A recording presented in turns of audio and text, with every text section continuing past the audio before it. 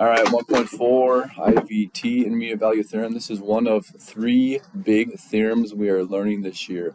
Okay, what does intermediate mean?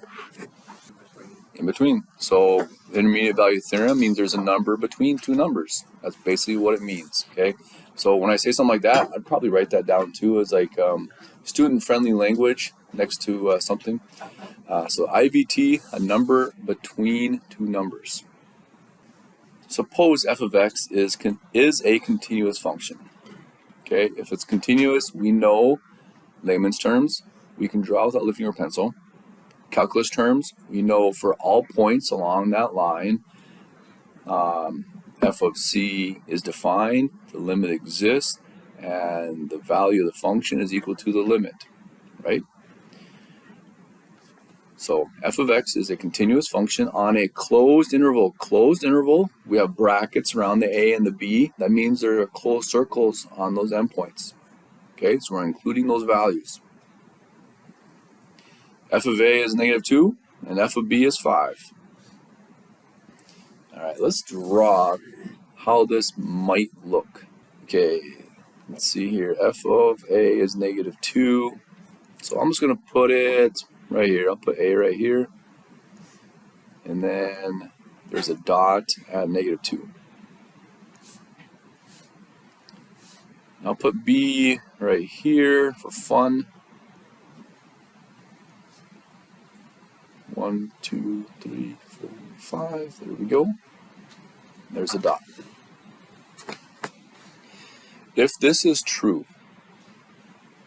what could you conclude? What's something you can conclude? If f, the function that connects a and b, f of a and f of b, if that's a continuous function, what else could we conclude? Well, it's a continuous function, so I can connect the dots, right? What does that mean? What can I conclude? Mathematically, graphically.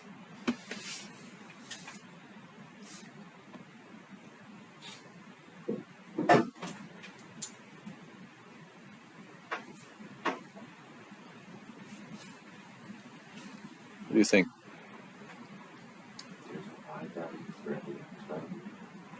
There's a y value for every x value. Okay. What do you mean by that?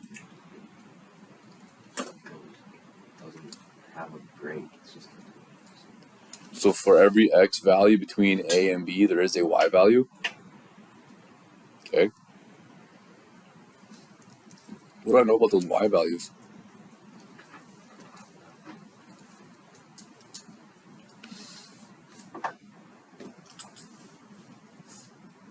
So somebody else, what do I know about those y values?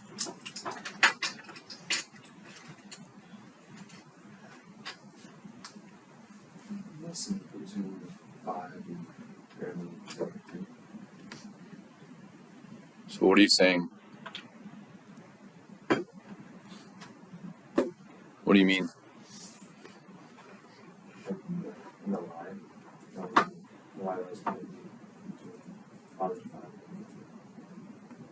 So is that where we get the intermediate thing? There's going to be a value between -2 and 5? Yeah. So what the intermediate value theorem is saying, the only thing we can guarantee, if we know that f of a is -2, we know f of b is 5, the only thing we can guarantee is that we will cover the y values between -2 and 5. Can we guarantee this? Can we guarantee that a number, there's a y value above 5? Could it happen? It could happen. Can we guarantee it? No. All right. Because the graph could look like this. We don't know exactly what f of x is, but we do know these 2 endpoints. We know these 2 heights. So the only thing we can guarantee is that there's a y value in between those 2 heights along the x values a to b. Okay. It could look like that. Could it? Pop quiz. A, B, say we're here and we're here, right? Could the function look like this? Why not? Okay, function has to be continuous. It could not look like this, right? Okay, so if a function was not continuous, we could not guarantee that every y value between these two endpoint heights is covered, right? Couldn't guarantee it. Okay, so how about this one? So suppose f of x is a continuous function on a to b, closed interval, and f of a is 2 and f of b is 6.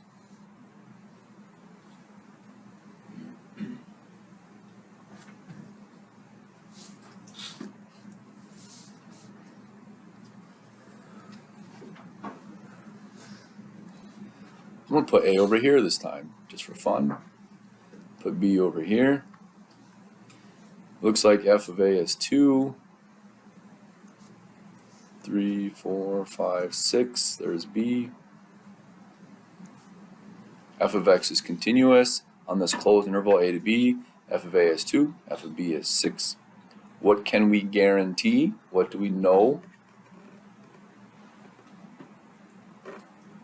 Because f of x is continuous on this interval a to b, closed interval, we know that along this interval, every y value between 2 and 6 will be covered eventually, right? The only way to get from the height of 2 to a height of 6 is to go through every height. Could the graph, if we got a, we got b over here, we got 2, we got 6, could there be a 0? Could there be a 0 on this function f?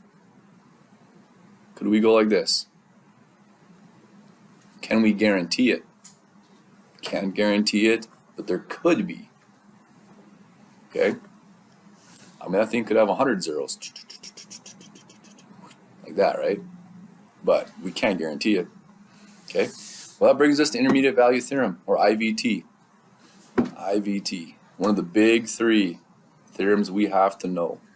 And we can use this theorem to justify some questions. If f is continuous on a closed interval a to b, and f of a does not equal f of b, okay, because that would be boring if the two heights were the same,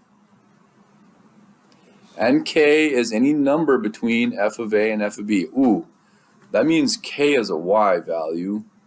That is confusing sometimes, so I'm going to write y value.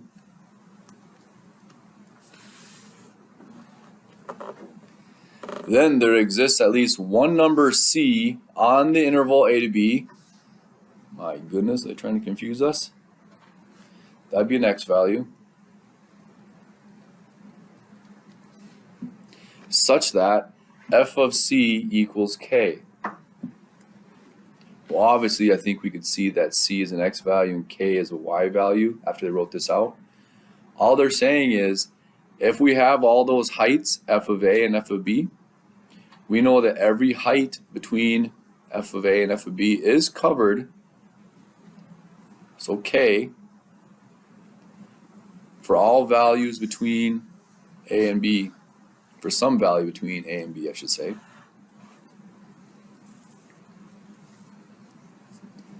So intermediate value theorem, what does it mean? We can show that there is a height between the two endpoint heights. We can show there's a height between the two endpoint heights. Does this theorem tell us what that height is, or what that c value is for some given height? No. The theorem only guarantees that it exists. We'll have to use algebra to find it.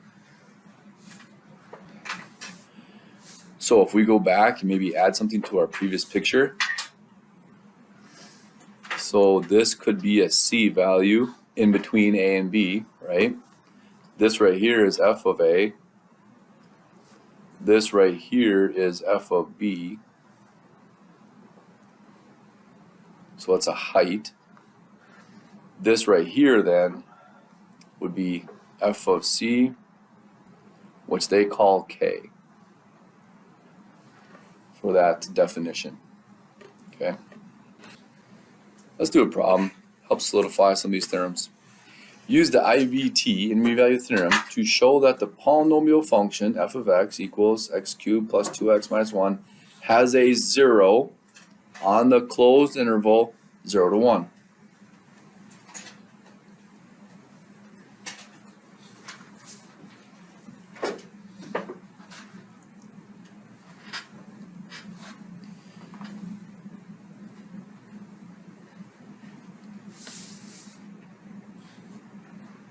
And you can abbreviate intermediate value theorem, IVT, if you want all the time, that's fine. They really didn't have to say polynomial function. We saw that when we looked at f of x, right? That's kind of redundant. Has a 0. 0 is a y value, right? These are x values, right? Okay. I'm just adding in a couple things here until we get used to it. This is our function. Okay. Now, like most things in calculus, there's a process.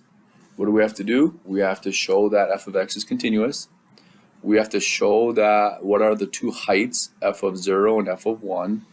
And we have to see if the y value of 0 falls in between those two heights.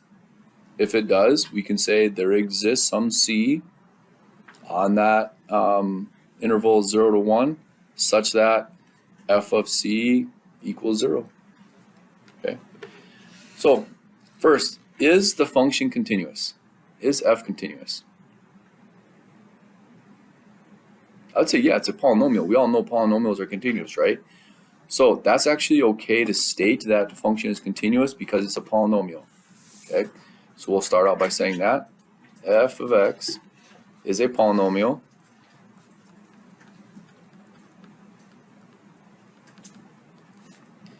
Therefore, f is continuous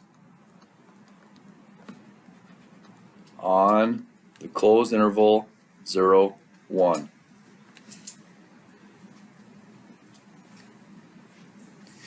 We have to state that this function is continuous. If not, we're not going to get any points. Okay, let's go back and look at IVT again. The theorem. Okay, the function is continuous. We stated it's continuous. Now we got to find f of a and f of b. Okay, so now we have to find f of 0 and f of 1. F of 0 equals 0 cubed plus 2 times 0 minus 1. And that would be what? Negative 1? F of 1, 1 cubed plus 2 times 1 minus 1. 1 cubed is 1. Subtract 1 makes 0. 2 times 1 is 2.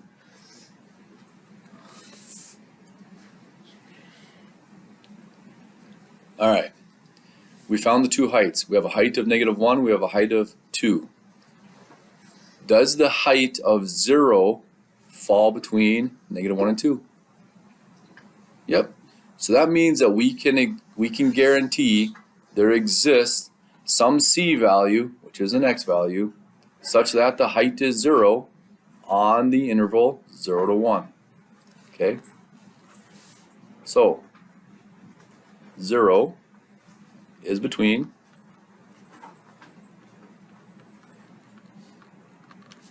negative 1 and 2.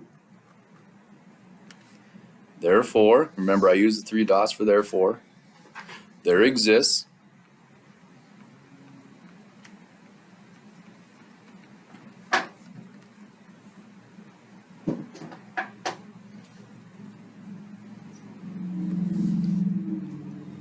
f of x equals 0 for some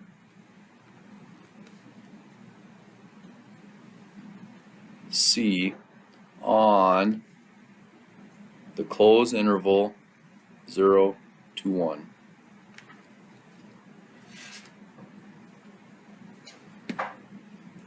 And you know, let's make this better. Instead of f of x equals 0, do you guys know what I should have put? F of c equals 0. Let's make that a little better.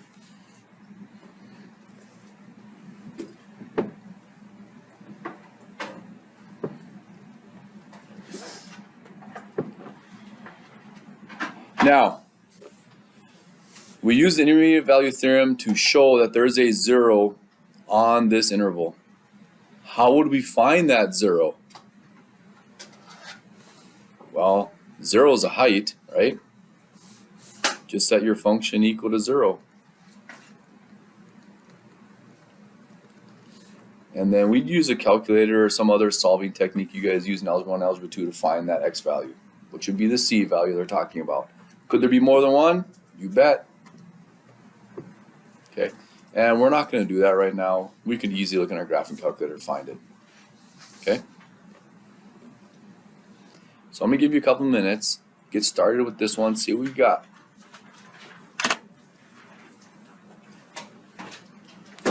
See what you can do with this.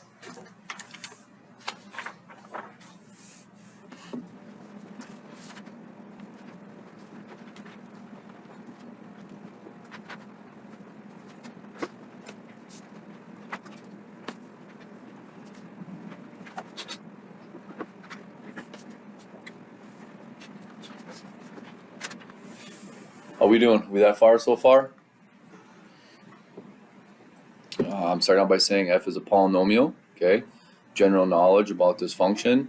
It's understood that it's continuous everywhere. You gotta state it though. Okay, you gotta state it's continuous on that closed interval. Okay, f of 0, f of a is -1. F of b, which is f of 5 this time, will be 29, I believe, if my math is correct. Okay, they want to know if there is a c value such that f of c equals 11. 11 is between -1 and 29. Therefore, there is a c value between 0 and 5 such that f of c equals 11, right? That's all we got to do. Okay, therefore, there exists. How do we say this again?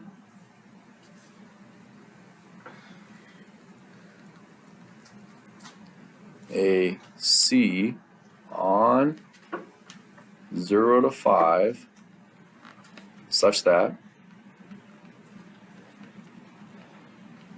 f of c equals 11.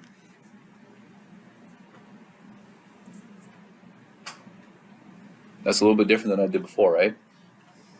Okay, this might be a little more smooth. Okay, now we're going to add a little bit extra to it by IVT. Boom, period.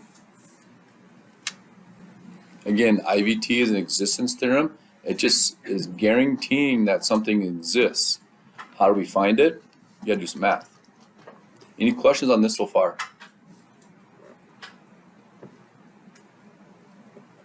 All right. Again, intermediate value means a value between two values. That's what we're doing. It guarantees. Okay, now let's actually find it for this one. Okay, we got to find the height of 11, right? So let's set the function equal to 11 because f of x is a height. So we'll say 11 equals x squared plus x minus 1. Okay, and then we know how to solve quadratics with a b term. Get everything on one side. So 0 equals x squared plus x. That'd be what, minus 12? I like 12. 12 factors pretty nice. 2 and 6, 3 and 4, and 12 and 1, right? It's -12, so one's positive, one's negative. 3 and 4 right next to each other. That create a positive 1, I believe. So we got what, x plus 4, x minus 3. We're okay with that? Does that work?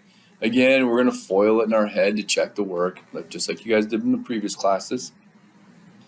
And then, so we have x equals -4, and then x equals 3.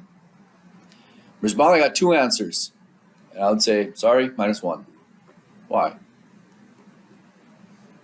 Because -4 isn't in the interval. Yes, that's right.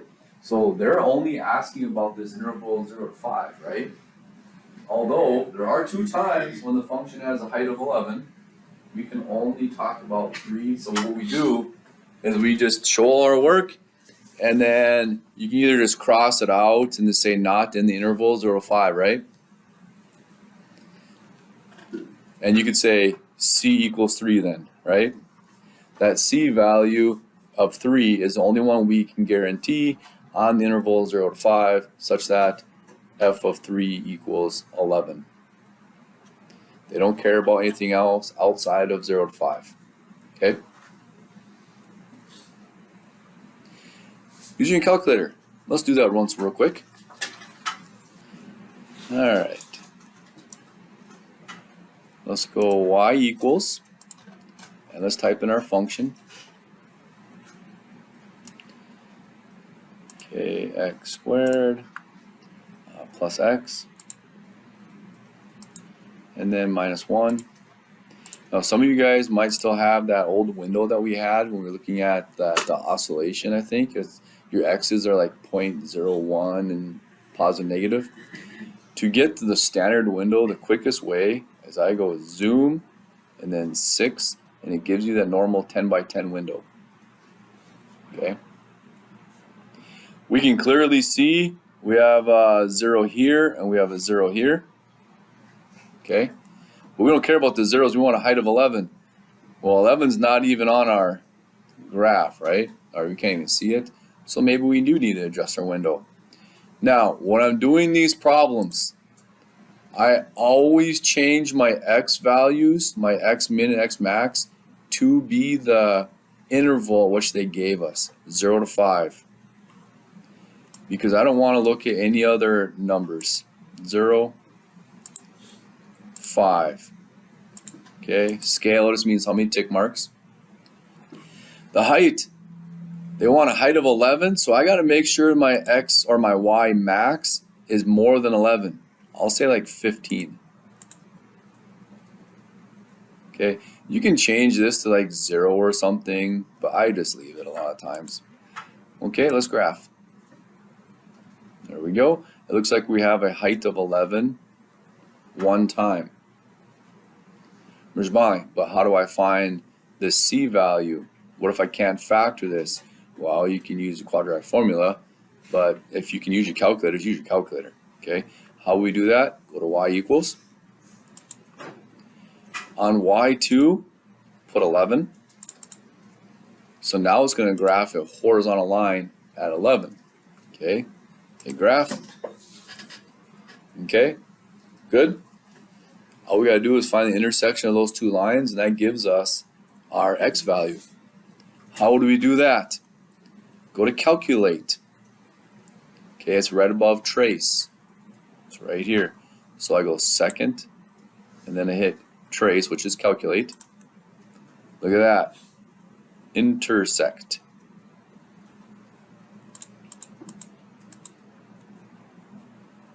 Enter. Curve 1. See where the cursor is? Your cursor should be on the first function, y1. It's even telling you which one it's highlighting. Hit enter. And if you don't want that one selected, you toggle between the different functions by hitting up or down arrow. Okay? Hit enter. Then it'll say second curve. So what's the other curve you want to see what the intersection point is? Hit enter. Now it's going to say guess. Well, the guess is so you can like arrow closer to the intersection if it intersects more than once. I just hit enter again because there's only one intersection. And look where the cursor went. The cursor went to the point of intersection of those two graphs. It gave you an x value of 3 and your height is 11. Okay, so that's how you can check your work fairly quickly. A lot of these will have decimal approximations, always using 3 decimals in calculus, okay? Questions on this so far?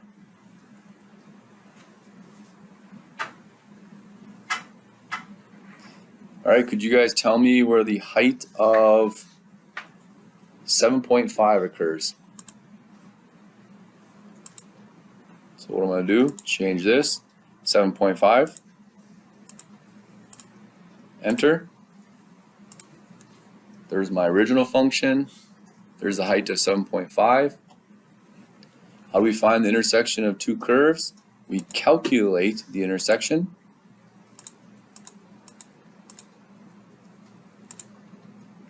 First curve, second curve, guess. There we go. There's the decimal approximation. I would write down 2.458. That'd be their answer. Okay, that would be the C value on the interval 0 to 5, such that the height of the function is 7.5.